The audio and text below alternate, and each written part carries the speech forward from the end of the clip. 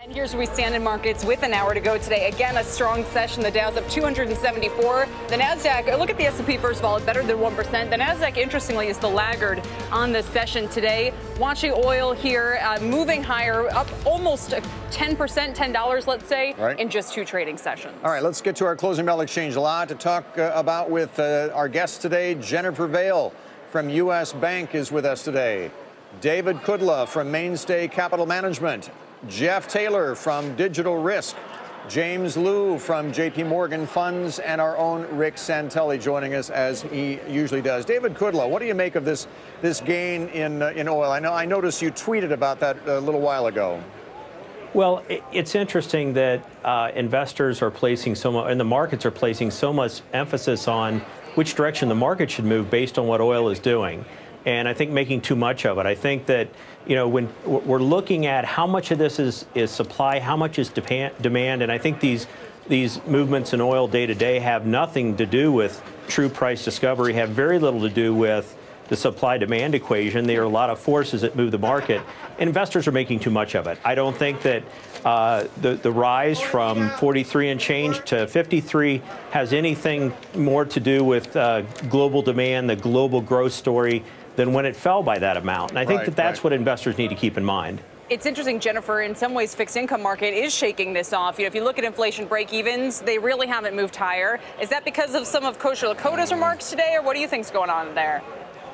Well, it's certainly possible that that some of the remarks have caused yields to pop up a bit. But frankly, I think it is partially due to oil.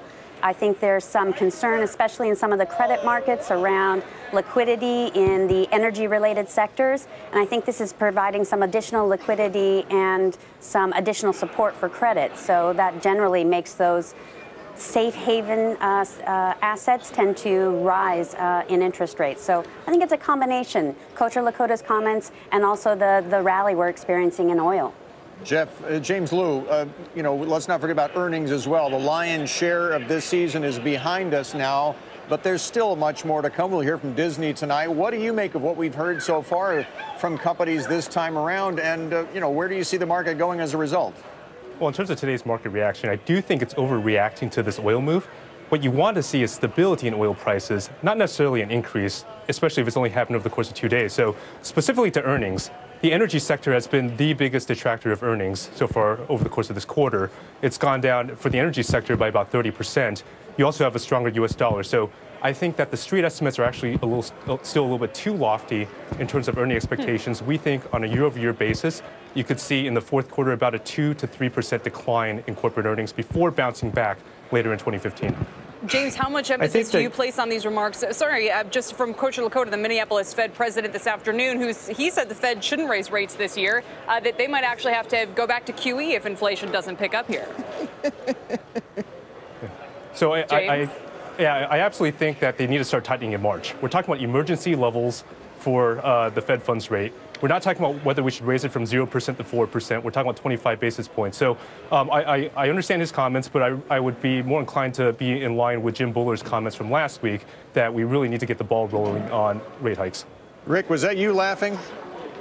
Of course it was. I thought so. I mean, come on. Kosher Lakota, QE, do you think anybody out there in TV land really think that if things say spongy, which is most likely the new normal, they won't do the abnormal thing of doing something they've done 4 times that really hasn't had the desired results? They will. As for oil, I want to weigh in real quickly. All you technicians out there, look at the spike high from the 15th of January in crude oil front month at 51.27. The fact that we traded above it and closed above it today is the first major technical sign I can give you that we're working on a bottom formation. And by the way, that 51.27 will now be a pivot. As far as interest rates go, we've had some major reversals here. The flattening of the curve has given us 3 areas of the curve to watch, 5s, 10s, and 30s. And the 5s, never traded below their intraday low, intraday yield from that famous October 15th. They didn't get below their yield from the 15th of this month, as all other maturities did. And now all these maturities have reversed above those key technical points. Call it what you will, but a big reversal in the euro currency, reversals across the board in foreign exchange, and these reversals in interest rates. This could be a short-term development, maybe nothing long-term, but it could be a rip-your-face-off sell-off in treasuries if yields start to move much higher. Jeff Taylor, do you think that's a risk here? The yields rip higher, like Rick said?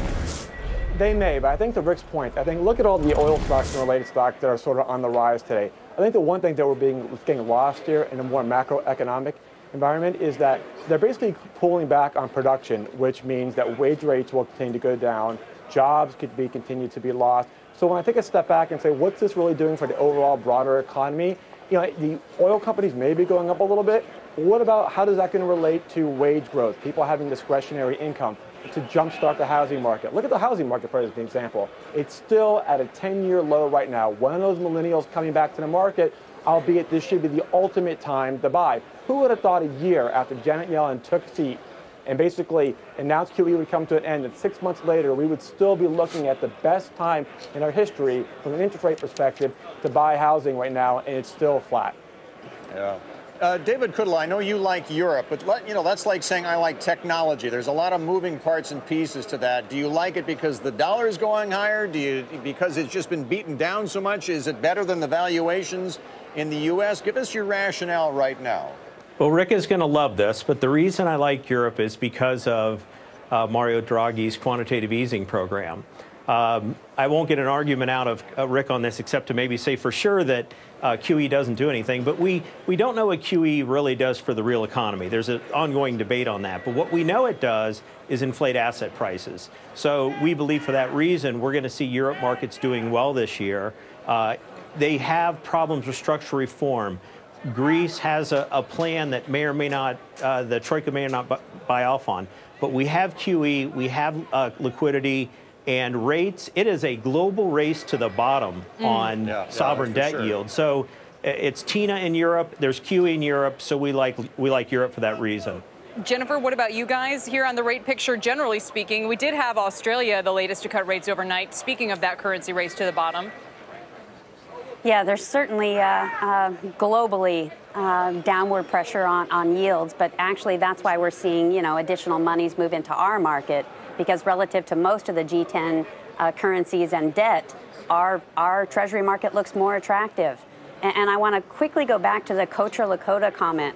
Kocher Lakota has been known as an uber dove, and he is one of the few members that haven't come out and said that they're on this path to normalizing the policy rate by mid-year. This level of unemployment, this level of inflation, it certainly justifies some level of accommodation, but it does not justify an emergency zero interest rate policy. So we're still looking at mid-year on the Fed liftoff.